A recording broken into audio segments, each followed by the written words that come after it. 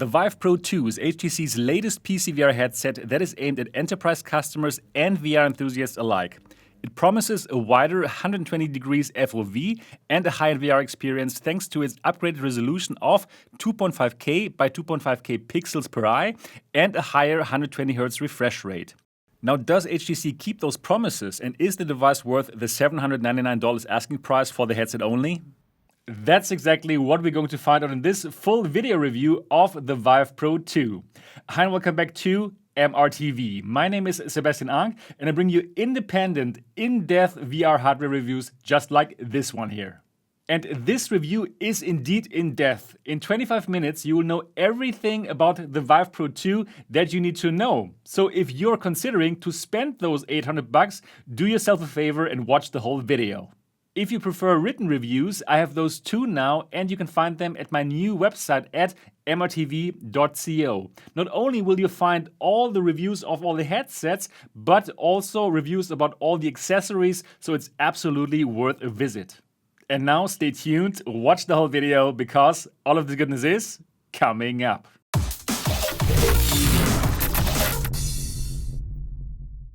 The Vive Pro 2 is a solid update as far as visuals are concerned, but other than that plays it safe and does not stray away too much from the original Vive Pro formula. For some parts that's good, for others it's quite hard to understand in a competitive environment that pits it against innovative headsets like the Valve Index or the Reverb G2. Build quality and comfort. Let's start with the basics. HTC has not made any design changes. From outside, you could not tell the Pro 1 and 2 apart if it was not for some slight color changes. That was probably the most economic way to bring the device to market, but it also does not help to make the device more exciting from a consumer's standpoint. However, the Pro 2 is just as sturdy and well built as its predecessor, and it has just as many options to adjust it to the individual user. We have manual IPD adjustment with a range from 57mm to 70.5mm, and there is eye relief, so glasses wearers can make more room to wear the glasses within the headset. The head strap allows users to quickly adjust size with an adjustment knob, and I personally prefer this over Velcro solutions like the one of the Reverb G2 any day. For the headphones, HTC actually did make a change. They are still on-ear, but at least the part that touches the user's ears has been updated and feels better, especially for longer play sessions. This has to compete against the now industry gold standard of the floating Valve Index headphones though, and we will get to that discussion when we talk about audio in this review. Overall, the build quality is great. I especially want to point out the cable management here. It is well thought through, and the cable is being led from the headset itself to the back of the head strap in the most unobstructive and elegant way. Talking about the cable, the Pro 2 is also compatible with the Vive wireless module, so if you prefer wireless gameplay, that is possible as well at an added expense of $349, and I will review the wireless performance in a separate review. Since design-wise nothing has changed, the Pro 2 is also compatible with the HTC VIVE facial tracker, which should be good news for anyone that's interested to use it for social VR experiences. Comfort of the Pro 2 is great. Thanks to the excellent head strap, the device sits on your head in a balanced way. There is no front heaviness and cushions are as soft and accommodating as ever. Wearing the Pro 2 feels like putting your head into a comfy sofa. People coming from headsets that do not offer such lavish cushioning might have to get used to that kind of comfort first. Visuals. But now let's get to the upgrades. Virtual reality is all about immersion, and the visuals play a major role in that. HTC has massively upgraded the Pro 2 in this department. The Pro 2 now features two LCD panels with a resolution of 2.5K by 2.5K pixels per eye that boast a refresh rate of 120Hz. And boy, do these panels look great. As was to be expected, the screen door effect is now truly a thing of the past, and there are no ugly pixel gaps left that would remind us of looking at a screen instead of just feeling immersed. Virtual worlds simply look fantastic with the Pro 2, and the resolution allows for sharpness and clarity that so far only the Reverb G2 could offer. VR veterans coming from all other major headset companies will without a doubt perceive this bump in the visual department and will adopt it as the new standard quickly. The panels don't just offer a high resolution, they also offer vibrant colors and a high contrast. This is in fact the best LCD panel in terms of color reproduction that I've seen in a VR headset yet. The only panel that comes close in terms of colors for an LCD panel is that one of the Reverb G2. But if I had to choose the better one, I'd still give it to the Pro 2 because colors simply have a bit more intensity and contrast is a bit higher, which makes for really dark blacks. It is still not an OLED panel, but LCD has actually made quite some improvements as far as contrast is concerned. If you are coming from the Valve Index, you will without a doubt directly be able to tell that the colors of this panel are superior. Same goes for users that come from the Pimax headsets that sport an LCD panel. FOV. Field of view. Oh yes, we always wanted more and finally we've been heard. But does the Vive Pro 2 really deliver those 120 degrees horizontally and is therefore wider than the Valve Index? The answer is yes. But without a doubt, I foresee quite a bit controversy here because HTC chose a very unfamiliar FOV ratio. Until now for VR headsets, the horizontal FOV kind of matched the vertical one. So we looked into virtual reality through windows that had kind of a 4:3 ratio. Now HTC expects us to learn a new trick and adapt to a wider kind of 16:9 like ratio because the horizontal FOV is visibly wider than the vertical one. Also, the window into VR is more squarish now than oval, and that does take getting used to. My very first reaction when I was looking through the Pro 2 was, I'm getting less FOV. I couldn't appreciate the horizontal FOV at all, and also for the horizontal FOV, I had the feeling I'm getting less. It just felt weird for me to see that unfamiliar FOV ratio. It's like looking at a 4:3 TV set all my life and then for the first time seeing a 16:9 TV. My first knee-jerk reaction was to dismiss the device, and I'm very sure that this initial knee-jerk reaction will play out to its fullest hyperbole potential on YouTube as soon as the device drops. So how large is the FOV then? I have a very standard IPD of 64mm, and when I measure the FOV using the test HMD tools, I get to 140 degrees horizontally and 90 degrees vertically using the standard face pad that comes with the device. That is better than the 108 degree I see in the index horizontally, but worse than the 100 degree I see vertically there. My concerns about the FOV ratio completely faded though when I found out that there's plenty of room to increase the visible FOV by getting my eyes closer to the displays. The facial padding that comes with the device is kind of thick, and therefore I simply replaced it with a thinner VR cover, and then I had the experience I was hoping for. I could finally enjoy the wider FOV to its fullest extent. With that thinner face pad, I then measured an FOV of 116 degrees horizontally and 96 degrees vertically, and that did make a huge difference. You will even get better results here than modding the Reverb G2 using thinner face pads. So after modding, you get a visual experience that plays in Reverb G2 territory with a wider FOV than the Valve Index. And that is quite a proposition for all the people that care about visuals more than anything else in VR. Lenses. After having used the same lenses for years now, HTC finally introduces new ones for the Pro 2. We're now looking through a double-stacked pair of lenses, a technology that we know from the Valve Index. Just as with its direct competitor, this lens design allows for a wider field of view. Unfortunately though, Fresnel lenses with the typical concentric rings are being used once again. As we know, those are prone to Godrays. For the double-stack design of the Valve Index, we had huge problems with glare. Unfortunately, the Pro 2 is also plagued with similar problems. The glare is not as pronounced as in the Valve Index, but it's still a problem nonetheless. If the Godray problem of the Valve Index put you off, you won't feel differently here. In standard playing sessions, you will likely not be bothered by it, just as it's the case with the Valve Index. In high contrast scenes, you will see glare though, like white text on a black background. In these situations, the glare will take away from the beautiful clarity of the panels, and that is also the reason why in direct A/B comparisons with the Reverb G2, I often preferred the picture quality of the latter, simply because there is less lens glare. So if you're used to the Reverb G2, you will see more lens glare. If you're used to the Valve Index, you will see a little less, but in general, you know what to expect. Also in terms of Sweetspot, we unfortunately do not see any improvements.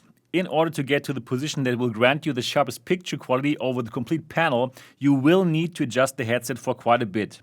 If you are coming from headsets with better sweet spot like the Oculus ones, you will find that you probably need a bit longer to find that ideal position. However, in direct comparison to the Valve Index, I do not see any disadvantages here, since also with that headset you will need some time to find the perfect adjustment. Once you are in that sweet spot though, you will get a clear picture. Also, the edge-to-edge clarity is on par with the Index. Like with all Fresnel lenses, there's a certain amount of clarity degradation the further you get to the peripheral areas though, and to get a completely perfect picture quality, we simply need to go away from Fresnel lenses and reintroduce the clear aspheric lenses back to VR. The first company to do that for the consumer market will without any doubts not only get lots of goodwill, but also the dollars of many happy customers. So overall, the Pro 2 is a very solid visual upgrade that scores with its fantastic high-resolution panels that offer best-in-class colors in that display category. The wider FOV is a nice add-on that especially shines when you're able to get your eyes as close as possible to the lenses.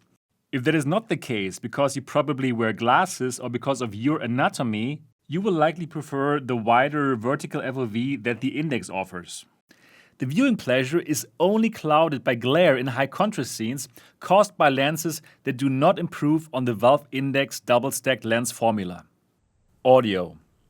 The Valve Index has introduced a stellar audio solution with its floating headphone design that is now the de facto gold standard. And any headset that plays in the high-end enthusiast market must compete with that standard.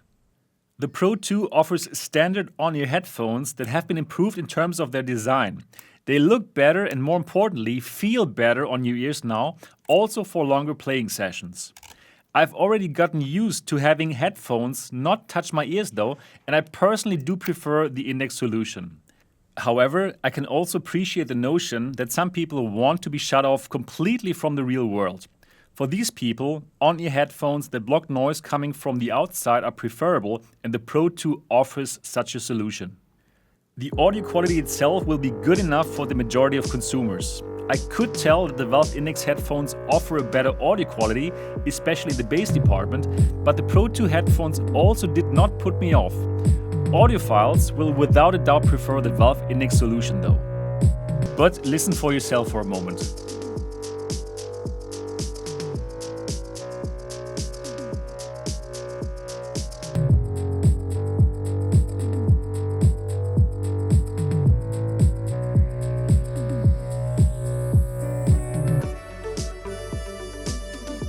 You can find the whole audio comparison in the written review at mrtv.co. The headphones are an acceptable audio solution, but HTC shows no ambition here to actually compete with the best solution that's on the market right now. Microphone of shame. It is hard to express just how disappointing it is to see that HTC again did not manage to improve the microphone quality. In every single of my Vive headset reviews, I've pointed out that the microphone is utter garbage. It was already quite unbelievable for me that the company did not improve the microphone from the original Vive to the Vive Pro, but missing that upgrade once again is simply inexplicable. The problem is not so much the audio quality itself, but the missing pop filter.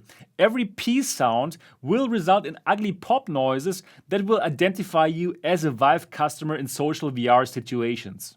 That is especially bad for enterprise customers who want to use the headset for virtual meetings, and at this point is quite honestly speaking just embarrassing for HTC.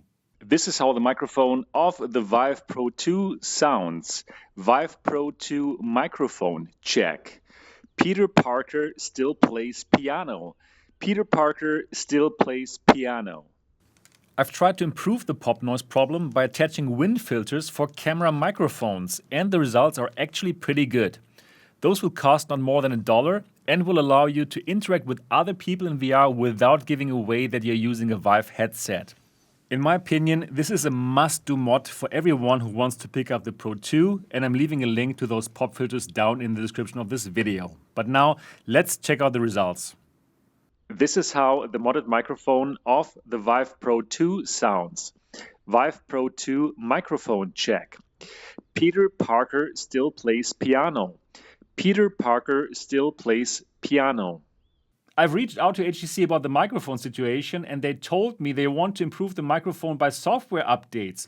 Now, unfortunately, that is exactly the same answer that I got years ago when I reviewed the Vive Pro, so I'm not too hopeful here. Controllers. The Vive Pro 2 does not come with any new controllers. If you go for the full package at $1,399, you will receive a pair of base stations needed for tracking and the Vive Wand controllers. The Wand controllers have been around since the very first Vive came out, and I will not review them here again. For business customers, they should do the trick, but gaming enthusiasts will without a doubt use the Valve Index controllers instead, which are fully compatible. I was at first disappointed when I heard that we wouldn't get any new controllers with the Vive Pro, but considering the fact that this is more of an upgrade to an existing Lighthouse system, it is kind of understandable.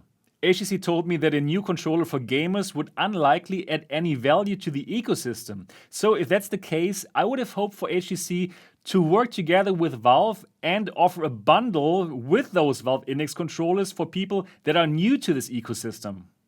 Performance. With all those pixels that need to be rendered, you rightfully ask yourself now, can you actually run this beast? The answer is yes, you can. At least that is what I deduct from my tests conducted on my RTX 3080 system, no surprises here, but also on my weaker GTX 1080 Ti machine. In both cases, the Pro 2 ran very well and actually better than my Reverb G2. On my RTX 3080, the Vive software allowed me to choose from 5 settings: Performance, Balanced, High, Ultra, and Extreme. For my tests, I chose the Extreme setting since I wanted to max out the Pro 2. I was pleasantly surprised by how well all my games were running at this maximum fidelity. I could play Half-Life Alyx at its highest graphic settings at a constant 120 FPS, and it simply looked stunning. We know that Half-Life Alyx is a very well optimized game that runs well on lots of machines, so therefore I also tested more demanding titles such as X-Plane 11 or Project Cars 2. For both games, I managed to achieve a very respectable 60 FPS, a feat that I could not pull off with my Reverb G2 at full visual fidelity on that same system. In order to allow for better comparisons with other headsets, I ran the OpenVR benchmark tool. For the Vive Pro 2, I achieved a very respectable 33.6 FPS on the RTX 3080. Compared to the 28 FPS that the Reverb G2 scored on the same system, you can tell that the Pro 2 performs quite a bit better than the Reverb G2. How is that possible? The Reverb G2 renders quite a high resolution at 100% super sampling for its frame buffer and therefore is not quite as performant as the Pro 2. On my GTX 1080 Ti system, I could not choose the Ultra and Extreme option because you will need DisplayPort 1.4 and DSC, so I went for the high setting. Of course, I also ran Half-Life Alyx here. Even at that lower resolution, I saw a nice bump in visual fidelity over the Valve Index. The high fill factor simply makes the difference and will eliminate any screen door effect, no matter if you run it at very high resolutions or not. I was pleasantly surprised that I could run Half-Life Alyx at a constant 90 FPS on that older machine, with visuals that were absolutely gorgeous still. To be able to test the performance more generally, I also ran the OpenVR benchmark here. On that 1080 Ti machine, the tool was able to render an average of 38.49 FPS, which was even a better result than I could get on the 3080 machine, at a lower resolution of course though. These tests I did at 100% super sampling. However, you must take into consideration that other headsets render more than their native resolution at 100% super sampling, like the Reverb G2 for example. If my results could be replicated on similar setups, it would mean that the Pro 2 is an exciting upgrade proposition for enterprise customers and VR enthusiasts that want to enjoy wider FOVs and visuals without screen door effect using their existing setups without the need to get faster GPUs. And that is truly a great proposition, especially in times like these when it's hard to get by a new GPU. Conclusion. The Vive Pro 2 is a solid upgrade in terms of visuals and FOV that many customers will enjoy. You can expect Reverb G2 level visuals on a wider than Valve Index FOV. HTC played it a bit too safe here though, to call the Pro 2 an exciting or must-have update. We didn't get a facelift for the design, still bearable, but more importantly, HTC did not have the ambition to also compete for the best audio solution, and they completely dropped the ball on the microphone again.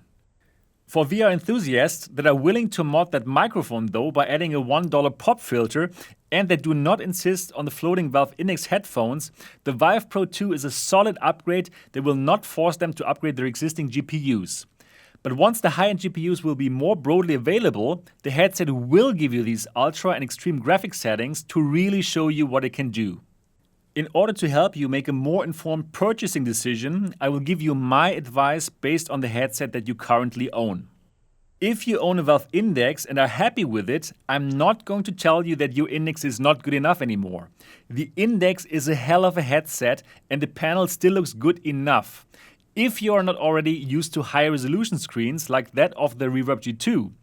It has a microphone that is so much better and an audio solution that is still unmatched. If you deeply care about that microphone and the floating headphones, sit this one out.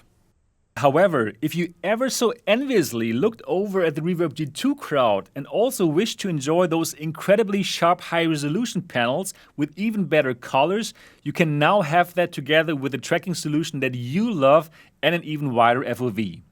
I myself am in exactly that category. I really enjoyed the Index, but the Reverb G2 has spoiled it for me in terms of visuals.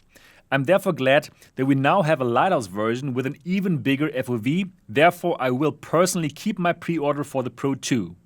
I already bought a pack of glue-on pop filters, so I will be alright with that microphone. If you own a Reverb G2 though, the situation is a bit different. You are already used to that high-end visual experience in VR and you even have better lenses with less glare. Moreover, if you do not own Lighthouse base stations and controllers, this upgrade would cost you $1,400 for sure, and that is quite a sum. If you cannot stand Reverb G2 controllers and look for a better tracking solution and a wider FOV, then that is the price you have to pay though. But perhaps you still have base stations and controllers lying around? For owners of a Vive, Vive Pro or Cosmos Elite, the Vive Pro 2 is a really good and even recommended update. Without the need to update your GPU, you will get a much better visual fidelity and a wider FOV. For Vive Pro users who are used to their device running hot, you will now get a headset that is not plagued by this problem. However, you will feel the change from OLED to LCD, even though this is a really good LCD panel. But still, the blacks of OLED headsets are still unmatched by any LCD panel up to date. If you own any of the Pimax headsets for their huge FOV, then for the first time since the Valve Index, you might actually want to explore this new option though. Especially when modded, the Pro 2 can give you an FOV that will get you into the FOV territory that you enjoy most, completely without any distortions. In terms of visual quality, the Pro 2 trumps all the Pimax offerings. The only Pimax headset that can compete in terms of pixel per degree is the 8KX. However, the colors are way better on the Pro 2 panel and you get that with 120 Hz. If you own a Quest or Quest 2 and you want to get into the high-end PC VR market, you might consider picking this one up. You will get way better visuals, colors and FOV, however, the expenditure is most probably too high and you could rather just go for a G2 or an Index instead. Probably just keep that Quest 2 though and wait for the Quest 2 Pro. Overall, the Vive Pro 2 is a solid update. Not an exciting one, but solid nevertheless, and it will help us to bridge the time until we enthusiasts get that OLED high-def beast that uses aspherical no-glare lenses that we're all dreaming of. And that was the full MRTV review of the Vive Pro 2. I hope I could help you make a more educated purchasing decision, and if you like this video, give this one a thumbs up. If you want more content from me and reviews like this one days earlier than the rest, consider becoming a member of the MRTV Elite at mrtvelite.com, my Patreon channel. 500 members, can't be wrong about this one. So now make some noise for the algorithm and tell me in the comment section, are you going to pick up the Vive Pro 2? That's everything for this video. If you have not yet subscribed to MRTV yet, then do that now and click on the bell button so that you don't miss anything, and I'm looking forward to see you in the next episode.